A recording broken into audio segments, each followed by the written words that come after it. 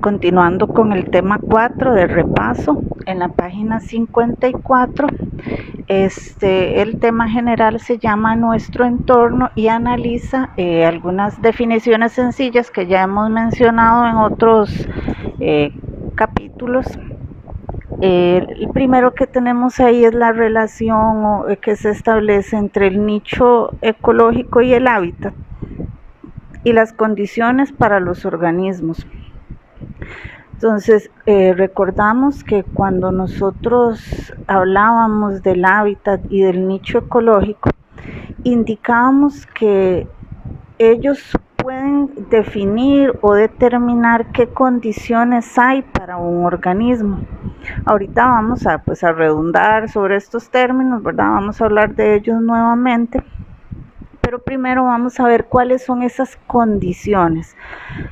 Un condicionante, ¿verdad? Es aquel que va a definir de qué manera se desarrolla un organismo. Hay 3 tipos de condiciones que puede dar tanto el nicho como el hábitat sobre un organismo y son las físicas, químicas y biológicas. Bueno, las físicas y químicas generalmente se trabajan juntas, que son las que tenemos por allá.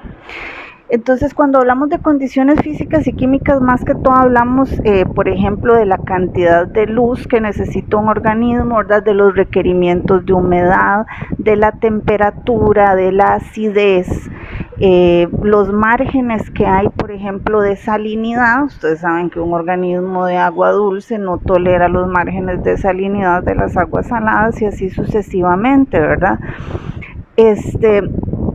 Estas condiciones, ¿verdad? O aspectos que son sobre todo externos, ¿verdad? Van a definir cómo es el metabolismo y cómo son las adaptaciones que los organismos requieren para subsistir ahí, ¿verdad?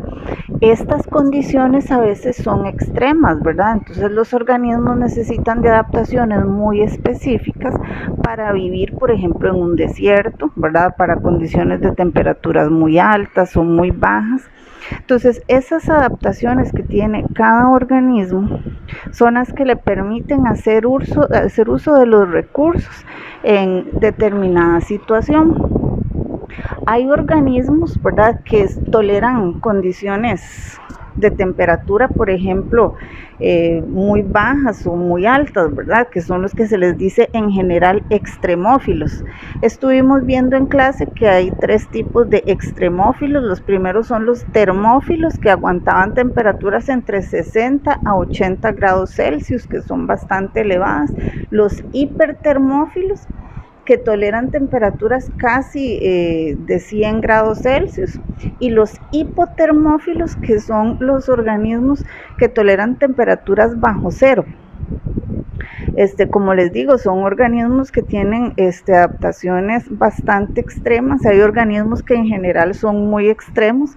Un ejemplo que tienen ustedes ahí en su libro, en la página 55, es el oso de agua, ¿verdad? También, menos conocido como tardígrado.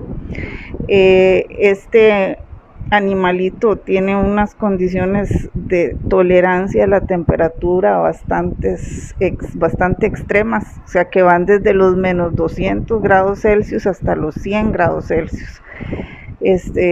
Tolera radiaciones, ha tolerado permanecer en congelación y luego volver a la vida después de 30 años. Entonces existen organismos que son sumamente tolerables y también tolerantes, y existen también organismos que son sumamente especialistas en cuanto a las condiciones físicas y químicas, ¿verdad? Las condiciones biológicas, que son las otras definidas por el nicho y el hábitat, son aquellos factores de las especies que van a incluir, por ejemplo, lo que es el alimento, ¿verdad? El tipo de enfermedades que podría contraer un organismo, los depredadores que hubiesen, ¿verdad? Son condicionantes biológicos. Hay organismos que tienen muchos depredadores y otros que no los tienen, ¿verdad? Otro aspecto importante que es un condicionante biológico es la competencia. Casi todos los organismos tienen competencia para los recursos, ¿verdad? Estas tres condicionantes, ¿verdad? Es algo que tengan, necesito que tengan bastante claro. Vamos a recordar que es el nicho ecológico, que ya eso ya lo habíamos hablado, pero vamos de nuevo porque este término se repite en el texto varias veces, lo que implica que debemos tenerlo muy claro, ¿verdad? Sabemos que un organismo hace uso de los recursos dependiendo de sus adaptaciones, ¿verdad? O sea, no es que todo organismo va a comer de todo ni va a vivir en cualquier lugar, eso va a depender de sus adaptaciones. O sea, los organismos tienen un modo de vida para el cual ellos son aptos. Y es como si fuese, o sea, como cuál es su trabajo dentro del ecosistema. Por ejemplo, un depredador, o sea, esa es su función y ellos tienen adaptaciones para ser depredadores. Si tenemos un jaguar, su función es esa, es ser depredador, y él tiene su sistema mandibular, tiene sus garras y tiene todas sus adaptaciones para ocultarse, que le permiten ser depredador. Entonces, la totalidad de las adaptaciones que tiene cualquier organismo y que le ayudan para cumplir su función, ¿verdad? Y de esa manera el poder sobrevivir, eso es lo que se llama nicho. O sea, podemos asumir y observar que un nicho abarca muchas cosas, ¿verdad? La parte física, todo lo que él hace para conseguir su alimento, o sea, todo lo que corresponde a sus funciones dentro de un hábitat, de eso es lo que nosotros llamamos nicho. Hay dos tipos de nicho, ya de eso habíamos hablado, que era el fundamental y el efectivo. El fundamental también se le llama potencial. Entonces, el otro día yo les decía, un organismo nace con ciertas potencialidades.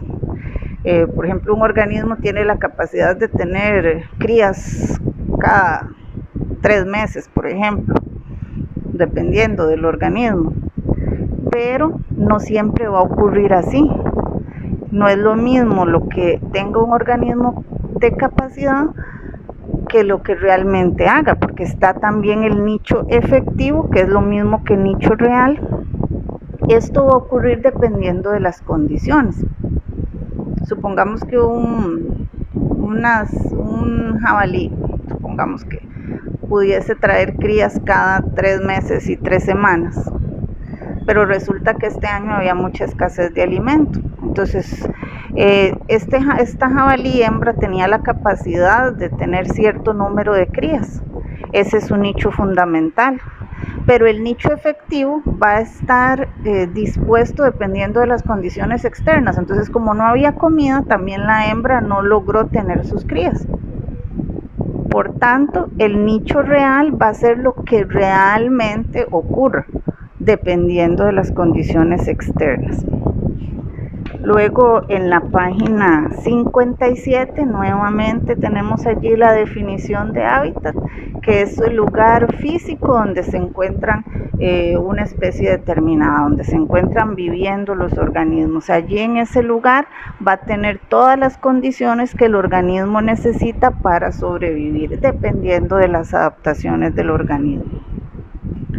Dentro de estas adaptaciones que tenga el organismo, debemos considerar algunas, ¿verdad? Por ejemplo, el hecho de que hay organismos que se adaptan a las condiciones de día o de noche, ¿verdad? Sabemos que existen especies nocturnas y también existen especies que son diurnas. Entonces, las especies nocturnas desarrollan características diferentes, ¿verdad? Sobre todo en la visión, son más sensibles desde el punto de vista sensorial. Entonces, esas adaptaciones van a depender del cambio en el uso de la luz, o sea, del día o de la noche.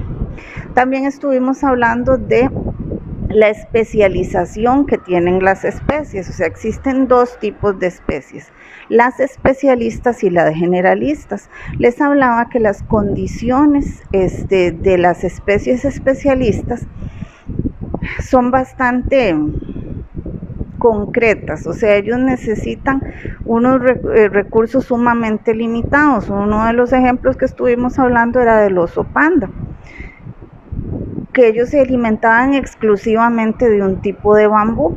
Entonces, esto hace que ellos tengan tan limitada su alimentación que son susceptibles porque cualquier cambio provoca su extinción. Las especies generalistas son aquellas que tienen un rango mucho más grande, o sea, ellos se adaptan fácilmente a los cambios. Por ejemplo, las palomas, esas que ustedes ven que viven entre las casas y comen lo que sea. Estos son organismos que si no hay de un tipo de alimento, pues comerán otra cosa, pero no van a extinguirse de forma tan rápida, ¿verdad? Las gaviotas también son otros organismos que son sumamente adaptables.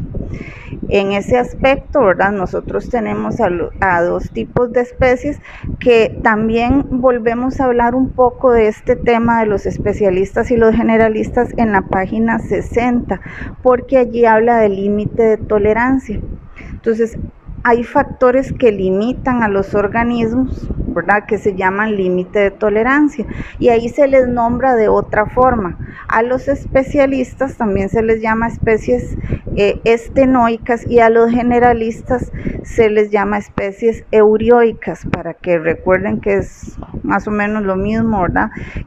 Solamente que pues acá se habla un poco más respecto a lo que es el límite de tolerancia. En la página 59 encontramos las estrategias de las que estuvimos hablando en clase. En cuanto a la estrategia R, que son estrategias que tienen los organismos de acuerdo a sus crías. Un organismo con una especie R es como muy reproductora, o sea, va a tener mucha descendencia, pero generalmente no, esta descendencia, aunque sean muchos, tienen una alta mortalidad porque no hay cuidado parental. En cuanto a la estrategia K, es todo lo contrario, tienen baja tasa de descendencia, o sea, tienen pocas crías, pero hay cuidado paternal, entonces la mortalidad es mucho más baja. También en esa misma página 59 habla de las adaptaciones al medio acuático y al terrestre, ¿verdad? En el texto pues se refiere a que obviamente hay diferencias en cuanto a lo que es reproducción, ¿verdad? En cuanto a lo que es alimentación y a forma de desplazamiento en los organismos según sus adaptaciones.